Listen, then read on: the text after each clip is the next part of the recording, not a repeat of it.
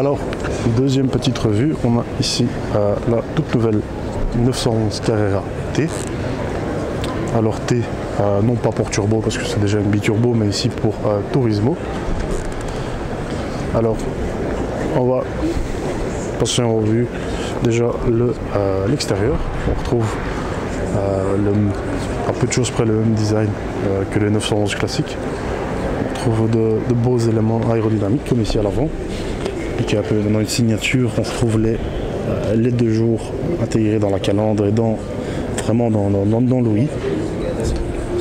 On retrouve deux belles ouïes latérales de chaque côté.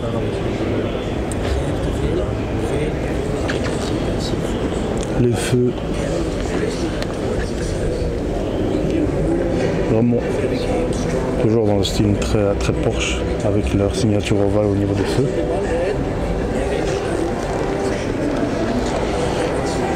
Alors, au niveau des jantes, on retrouve ici des 20 pouces. Des 20 pouces avec des jantes grises qui donnent vraiment super bien avec le jaune de la carrosserie.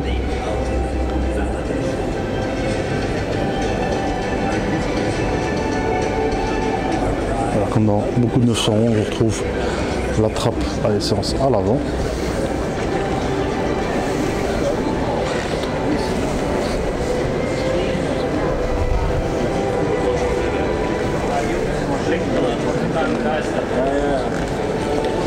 Et à l'arrière, on retrouve des 21 pouces qui sont juste magnifiques. Et on retrouve donc également cette belle couleur grise au niveau des rétroviseurs latéraux, qui est un beau petit rappel et qui vraiment met dans un très beau style à la voiture. Alors, au niveau de l'arrière, petite différence avec une 911 classique, on retrouve le becquet de capot arrière avec des belles finitions et des lignes verticales. Et de nouveau, on voit très bien qui change un petit peu au niveau des designs. On retrouve également le troisième feu stop juste au-dessus. Et alors le petit spoiler rétractable qu'on retrouve ici. Autre différence, on retrouve également une double grosse sortie d'échappement à l'arrière, qui est vraiment d'un très bel effet.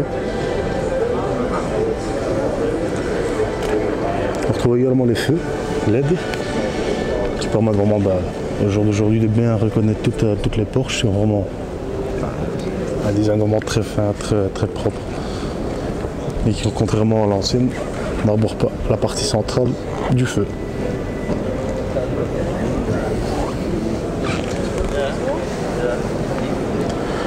Alors, l'autre différence de la Carrera T par rapport à une autre Carrera, c'est qu'ici, les sièges ont été supprimés. Et permet ici de faire un gain de poids de grosso modo 20 kg, qui permet aussi donc d'alléger un peu la voiture et d'améliorer ses performances.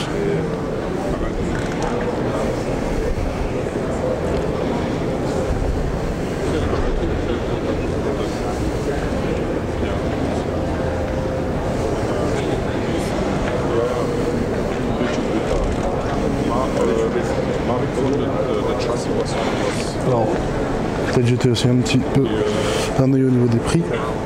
Donc on retrouve ici un prix de base de 111 000 €, un peu plus de 111 000 €, et alors quelques séries d'options pour un total de donc 119 620 €. Alors au niveau des données techniques, ça reste donc le 3 litres biturbo de 370 chevaux, avec ici une boîte de vitesse manuelle à 7 vitesses. Et alors au niveau de performance, donc 4 secondes 5 au 0 à 100 et à une vitesse maximale de 293 km/h, qui est quand même assez impressionnant. Alors on va jeter un petit coup d'œil à l'intérieur. On retrouve ici un très bel intérieur, vraiment qui garde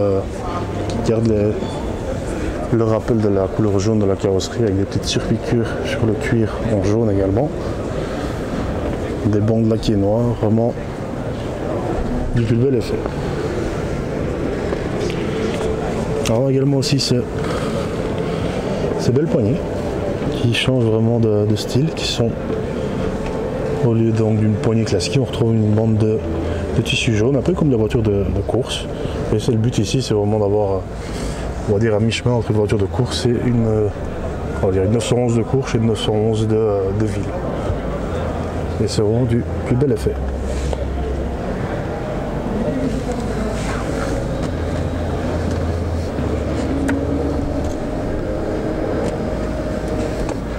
Alors je vais abaisser le siège pour que je puisse me mettre dedans. Hop, voilà. Alors position assise assez basse. Surtout pour moi qui suis relativement grand. Mais ici, on est plutôt même très bien assis dedans.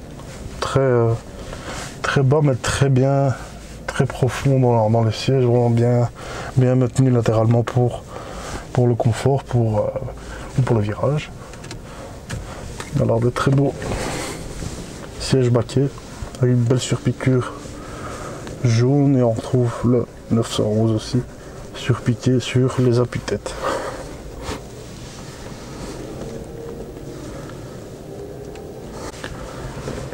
Mais alors très bel intérieur. On retrouve également ici sur le tableau de bord les petites surpiqûres jaunes rappelant la très belle carrosserie jaune.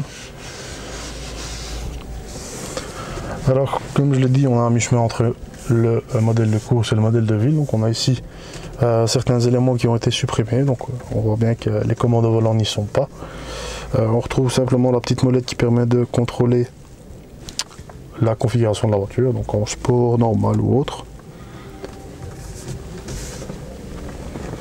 Au niveau des cadrans, on retrouve un petit peu comme à l'ancienne les cadrans, donc avec les belles aiguilles. Et alors juste ici un petit cadran avec l'écran qui permet de diffuser certaines informations. Mais tout est gardé vraiment ici au strict minimum, et je pense que c'est surtout par souci de poids pour cette voiture, pour essayer de diminuer son poids. Et on le voit ici également, on n'a pas d'écran, on n'a aucune commande, on va dire tactile pour la musique ou autre. On est vraiment ici dans une voiture pour le plaisir. On retrouve juste ici les commandes de climatisation.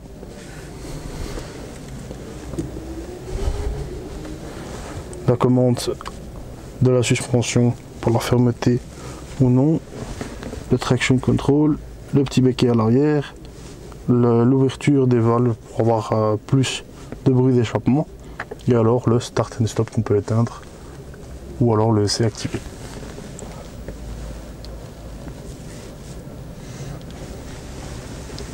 Au niveau de la boîte de vitesse, on retrouve un très beau pommeau, tout petit, vraiment très confort, qui tombe magnifiquement bien sous la main. Donc une boîte manuelle à 7 vitesses, comme vous pouvez le voir.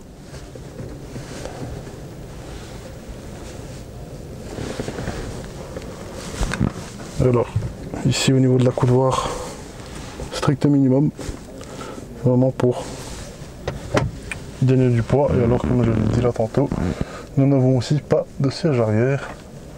Tout ça vraiment pour garder une certaine légèreté au niveau de la carrosserie et avoir plus de performance. Et ici vraiment c'est la définition de la 911 Carrera T, c'est vraiment d'avoir une voiture plaisir, vraiment à mi-chemin entre la voiture de course et la voiture de ville, vraiment pour prendre plaisir tout en pouvant la conduire tous les jours. Le ciel de toit, lui, très bel effet andin, noir, vraiment très doux au toucher.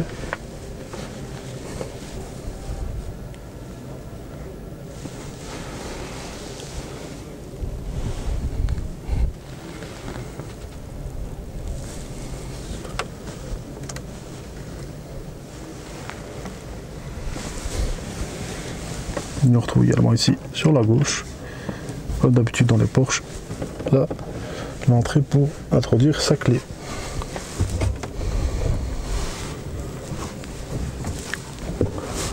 Un petit passage pour le vide-poche sur les portes, et alors les commandes d'ouverture du capot avant ou du capot arrière.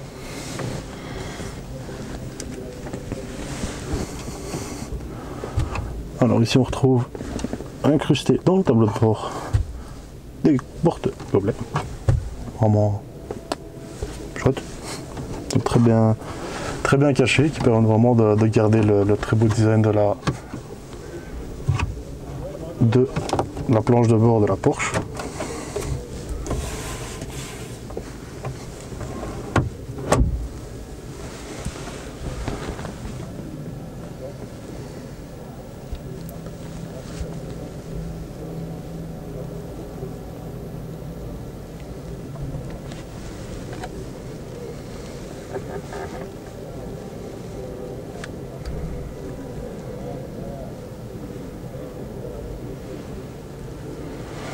Et alors, ce que je trouve vraiment le plus amusant, c'est vraiment ce poignet d'ouverture de la porte qui sont vraiment du plus bel effet. Vraiment super.